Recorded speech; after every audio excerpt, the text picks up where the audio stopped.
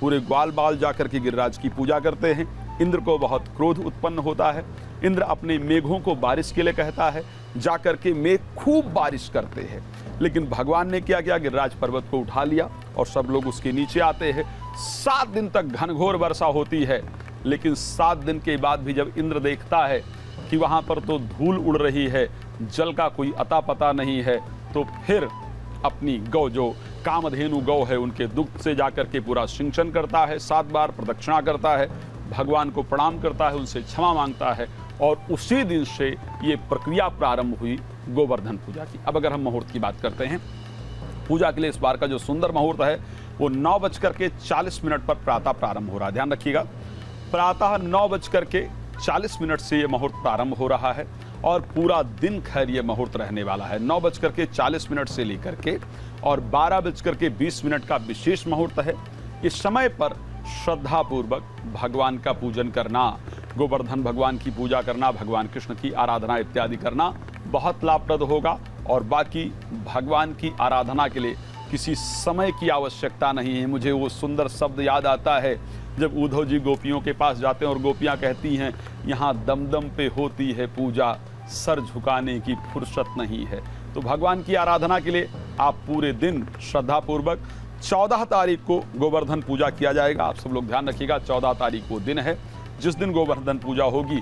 श्रद्धापूर्वक आप लोग पूरे दिन भगवान की आराधना कर सकते हैं। जी प्रगति जी, बिल्कुल ठीक कहा आपने, पूजा का कोई मुहूर्त नहीं होता है। लेकिन फिर भी मैं जानना चाहूंगी, इस बार दीपावली हम 12 तारीख को मना रहे हैं, लेकिन उसके बावजूद गोवर्धन 14 को इस बार क्यों मनाई जाएगी? जी, क्योंकि दीपावली के अगले दिन जनरली गोवर्धन पूजा होती है। आपका बात बिल्कुल सत्य है। बिल्कुल, तिथियों में कई बार थोड़ा परिवर्तन हो जाता है, क्योंकि 12 तारीख को दीपावली होगी और 13 तारीख को सुबह अमावस्या तिथि व्याप्त है। और नियम है कि जो गोवर्धन पूजा होती है अमावस्या में नहीं बल्कि प्रतिपदा तिथि के अंतर्गत होती है, नियम है। तो इस कारण से वो 14 तारीख को मनाई जाएगी। बिल्कुल। भगवान कृष्ण की हम बात कर रहे हैं, उनकी मूर्ति भी यहाँ विराजमान है। भगवान कृष्ण का नाम आता है तो लीला अपने साथ नाम जो है, शब्द जो है जुड़ जाता है।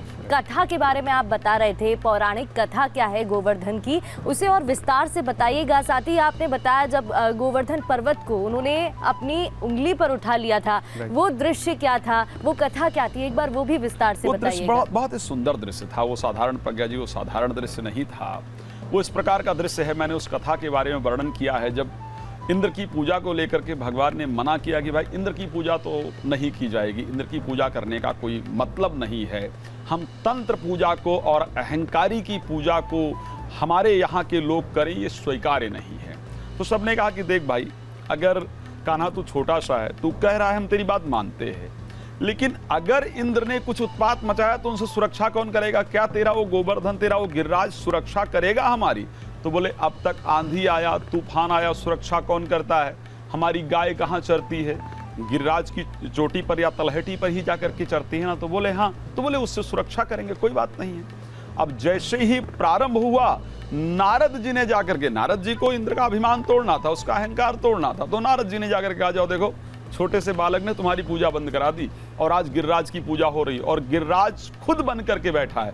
किसी ने गाया बिता के श्याम माखन चुराते चुराते अब तो दिल भी चुराने लगे हैं, ग्वाल बालों के संग में कन्हैया अब तो गैया चराने लगे। ऐसा बड़ा सुंदर एक वर्णन आता है, खुद बन के पुजारी कन्हैया आज गिरवर पुजाने लगे हैं। तो क्या होता है कि जब भगवान इस प्रकार कहते हैं और पूजन प्रारंभ किया जाता है, पूजन प्रारंभ करते ही जब वर्षा प्रारंभ होती है और भगवान बहुत खुद का, जो गिरिराज का स्वरूप है वो भगवान कृष्ण का ही स्वरूप है, यहाँ तक को मधुमंगल उनका दोस्त है, तो वो कहता है कृष्ण जी से कि कान्हा सुन। तो बोले क्या बात है? बोले ये जो गिरिराज दिख रहे हैं ये तेरा स्वरूप नहीं लग रहा है। बोलते लग रहा होगा तो मैं क्या करूं? और दोनों हाथ से जो ग्वाल बाल 56 प्रकार के भोजन बना करके लेकर के जाते हैं, उसको खाना शुरू करते हैं।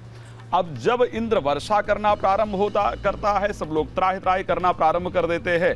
और जब गिरिराज को यहाँ से उठाया कि चलो इनको उठाते हैं, इन्हीं की तलहटी में हमको सुरक्षा प्राप्त होगी, जब वहाँ पर उठाया और भगवान ने अपने उंगली पर धारण किया, अब वहाँ पर ग्वाल बालों के मन में एक शंका हुई। ग्वाल बालों ने कहा भैया अपनी अपनी लाठी लगा लो, अगर लाठी नहीं लगाओगे तो ये कान्हा अकेले छोटा सा बालक है, कैसे संभाल पाएगा?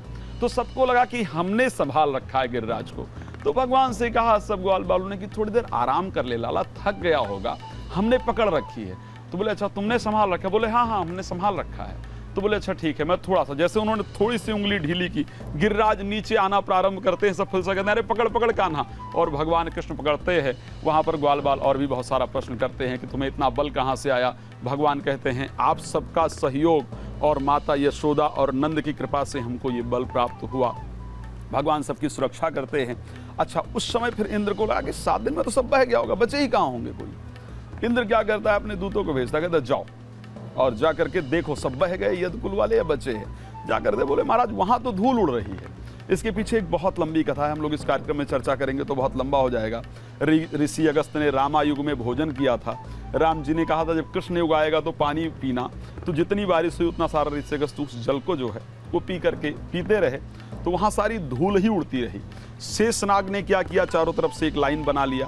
फिर इंद्र का जो अहंकार है वो नष्ट हुआ, फिर शरणागति प्राप्त करता है, एरावत से नीचे उतरता है, 3 श्लोकों से बाकायदा बहुत श्रद्धा से भगवान की प्रार्थना करता है, और भगवान उसको कहते हैं देख इसलिए माफ कर रहा हूं इंद्र क्योंकि तेरे प्रयास के कारण मेरे भक्त मेरे पास आए हैं। इसलिए इंद्र को भगवान ने सिर्फ 3 श्लोक की प्रार्थना में माफ कर दिया। तो ये एक बड़ी सुंदर कथा रही है गोवर्धन धारण की। जी प्रज्ञा जी। कृष्ण लीला ही ऐसी है कि जितना बहुत वर्णन सुंदर। करेंगे कम पड़ जाएगा। समय की सीमा को देखते हुए इतना चर्चा नहीं कर सकते। लेकिन आपने अभी जिक्र किया 56 भोग का। Right. माखन पसंद है कान्हा को, माखन खाते हैं, लेकिन 56 भोग क्यों चढ़ाते हैं? देखिए प्रज्ञा जी, मेरे दृष्टि से भगवान को आपका भाव पसंद है, भगवान को कुछ भी पसंद नहीं है। भगवान का बड़ा सुंदर शब्द है, मैं बड़ा भगवान राम के शब्दों की बात कर रहा हूँ, भगवान कृष्ण के शब्दों की बात कर रहा हूँ। भगवान कहते हैं कि तज मद मोह कपट छल नाना